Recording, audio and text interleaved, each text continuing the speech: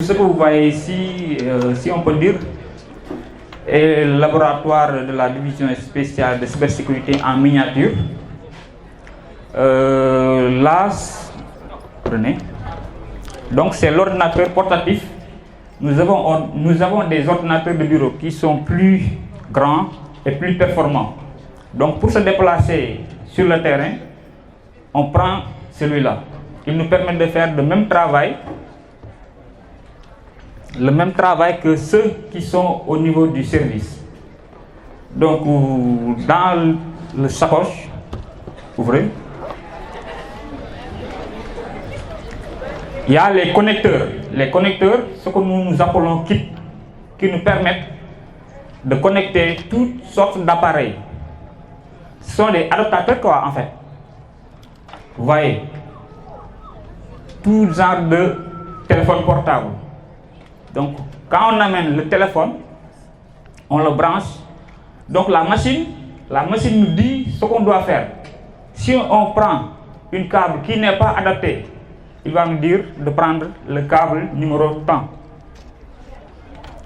Ça ce sont des copieurs de cartes SIM. Il nous permet de cloner les cartes SIM. Parce que vous savez, en matière de données numériques, nous, on n'a pas le droit de modifier les données. On n'a pas le droit de modifier les données. Ce qui fait que, si on copie, nous, ce qu'on fait, on travaille avec la copie. Pour ne pas altérer les données, comme on dit. Pour ne pas altérer les données. Voilà. C'est ce genre de carte SIM qu'on utilise. Et aussi, pour ces ordinateurs aussi disposent de ce qu'on appelle des bloqueurs en écriture. C'est-à-dire quand vous le branchez avec un téléphone, il ne va pas écrire sur le téléphone pour modifier quoi que ce soit dedans. Donc, on doit garder les preuves intactes. Donc là, c'est une extraction qu'on avait lancée. C'est juste un exemple. Voilà, là sont des images. On peut les sélectionner par rapport. Si ce sont des voitures, on peut sélectionner toutes les voitures.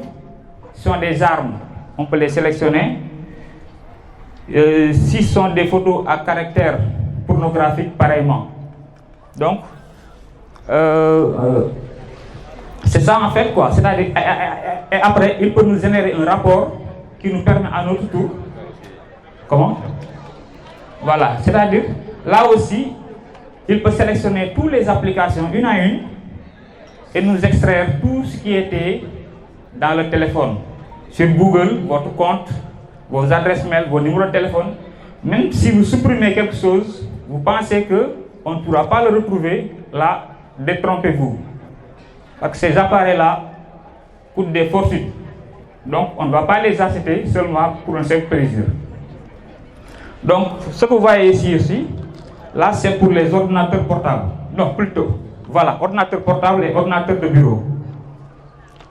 Parce que là, ce sont les disques durs qui sont au niveau des ordinateurs portables. Les ordinateurs portables, quand on les saisit, ils peuvent être verrouillés avec un mot de passe.